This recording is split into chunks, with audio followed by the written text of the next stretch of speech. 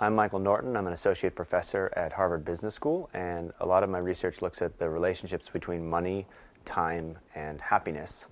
And the reason those three things are interesting to me and interesting at the same time to study them is because we spend so much of our mental energy thinking about how to be happy and if we're happy enough, and I'm not happy today and I felt happier last week, or this relationship made me happy and this one made me unhappy, or should I get a new job, or should I talk to my parents more? But we don't know a lot about how to make ourselves happy. We have some theories about it, but we're not really that good always at figuring out what the best way is to feel happier today and tomorrow and next year. And one of the key resources we have for making ourselves happier is our money, and another key resource is our time. So these are the two things that we have some of, and we can spend them in different ways. And our research looks at what are the best ways to spend those two things, to spend your money and to spend your time to make yourself a happier person.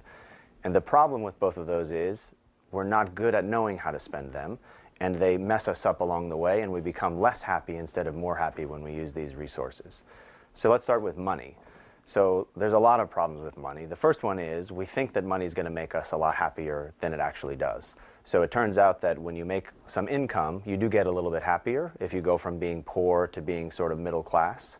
But after that, it actually really starts to taper off. So it's not that more money is bad for you, it just doesn't keep making you happier in the way you want it to. And yet we keep trying to make more and more of it. We keep trying to get a better job and make more money. And we're just wrong in terms of how happy it's really going to make us. And the other problem with money is, separate from this problem, which is just it wears off, is that money actually makes us really selfish. So when we get money, the first thing that we think is, what can I do for myself with this money? So if you thought about if you won the lottery today and I said, what do you want to buy with the money you won? I bet the first thing you would think is, what kind of a house and what kind of a car and what kind of everything can I get for me? And that means that you're sort of using your money for things that are self-focused and inwardly focused. And we know that that doesn't necessarily make us happy. We don't know a lot of really, really selfish people, if you think in your everyday life, who are really kind of happy, rosy people. Usually they tend to be quite sad and unhappy. So our question really was, with how do we switch people's attitudes towards money? We've got this problem where money is wearing off, and we've got this other problem where money is making you selfish and only caring about your own possessions and your own life. And we said, is there a way to make this curve keep going up? So can we make money keep making you happy by making you not use it all on yourself? That maybe the problem is that we have this curve because we become so selfish when we get wealthy. And if we instead encourage people to use the money on anybody else than themselves, that might be a source of real happiness for people, and that might make money keep making you happy. So the very first way that we tested this was in a study that we ran at the University of British Columbia. And we literally said, let's just give people money, let's just dole out cash to people and tell them how to spend it and measure whether it made them happier or not. So we went on campus one morning and gave people envelopes filled with money. And we said, will you be in our experiment? And if they said yes, we gave them an envelope. It had some money in the envelope. And there was a slip of paper that said, to some people, by 5 p.m. today, spend this money on yourself. That's the way we usually spend our money, is on ourselves. But to the other people, we said, by 5 p.m. today, spend this money on somebody else, like a gift for a friend or a donation to a homeless person. Same amount of money, very tiny difference in what the slip of paper said. We called them back at the end of the day and asked them, what did you do with the money? And we asked them, how happy are you over the course of the day? And it turns out that people who spent money on themselves, it wasn't a bad day. We gave them $20 and they got to buy something. So they weren't less happy than they were. But they didn't get any happier, even though they got this free money. But the people who we said spend this money on somebody else, they actually got happier. So we asked them, what did you do? And they said, oh, I bought a stuffed animal for my niece, or I bought my friend a coffee. And those things actually led them to be much happier at the end of the day than doing what they usually do, which is just using their money on themselves. Then we thought, well, that's interesting, because that means there's some advice that you could do right now today to make yourself happier, which is quit spending all your money on yourself and take $5 out of your pocket and spend it on someone else or give it away. But we ran these studies in the United States and we ran them in Canada, and these are pretty wealthy countries. So maybe it's the case that, if you have a lot of money, sure, giving it away feels good. But would it be the case if you were, for example, quite poor in the United States, or even lived in a very poor country like some sub-Saharan African countries? Would we still see that even when you're poor and you need money for yourself, it still actually can make you happy if you give it away? So we set out to test that. So we've done these same kinds of studies. We give people money for themselves, or we give them money and make them give it away. We've done these studies in South Africa, in Uganda, in Canada, in India, all over the world where we've looked. Everywhere we've looked, it looks like when people give money away, it's better for their happiness than when they spend it on themselves, even when we look at very, very poor countries. So there's this very basic relationship between money and happiness that we're getting entirely wrong. So these two problems of it's wearing off over time and we spend it on ourselves, little tiny shift in your behavior, just taking some of that money that you spend on yourself. People still will buy cars and houses and coffee for themselves and all those things.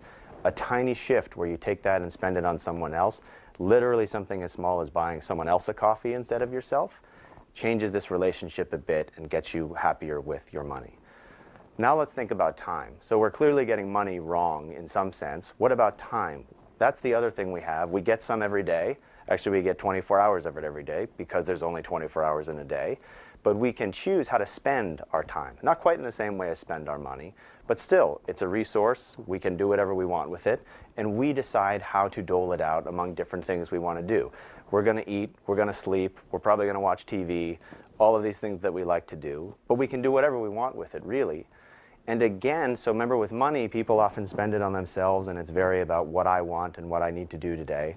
We find that people do the same thing with time, that they really think they should use their time on themselves. Everyone reports being stressed about time. Everyone says this phrase, a time famine. Literally, people feel as though they're starved for time, and if they only had more time, they'd be happier.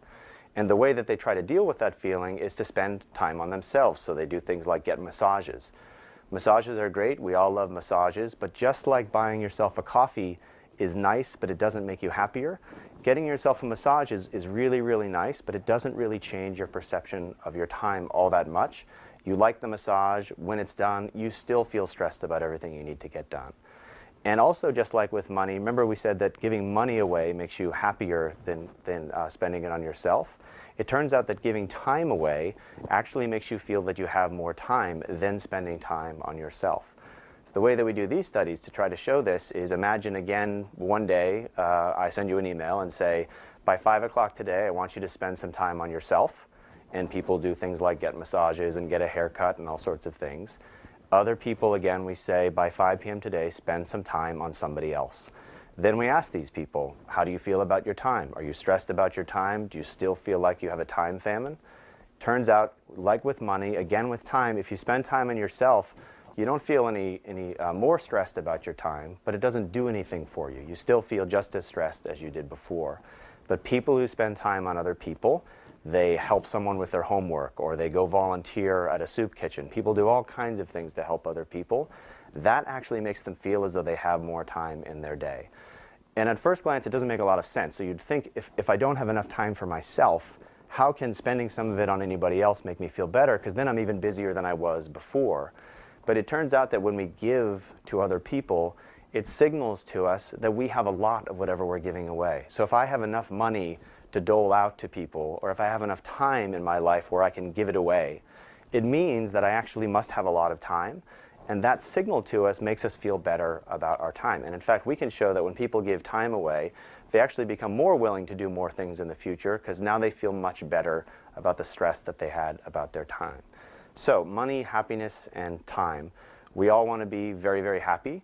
And we have these two key resources that we can spend every day and over the course of our lives, our money and our time. The way we usually spend them, not horrible. We're not totally wrong in what we do, but we're not spending them optimally to make ourselves the happiest, which is one of our biggest goals in life, is to be happy.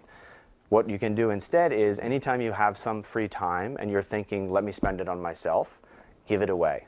Call a friend, help somebody, sign up to volunteer, any of these activities that are other focused instead of all about yourself. Same thing with money. Anytime you get some money, and many of us have enough money to at least give some money to charity and things like that, your impulse will be, oh, I have some money, let me spend it on myself. Again, the research says giving it away, much, much better for your happiness than using it on yourself. So thinking about those three together, if you want to get happier literally today, many of the things you think are the right thing to do are the wrong thing to do, and you can think about all the other things you can do instead that will increase your happiness over time.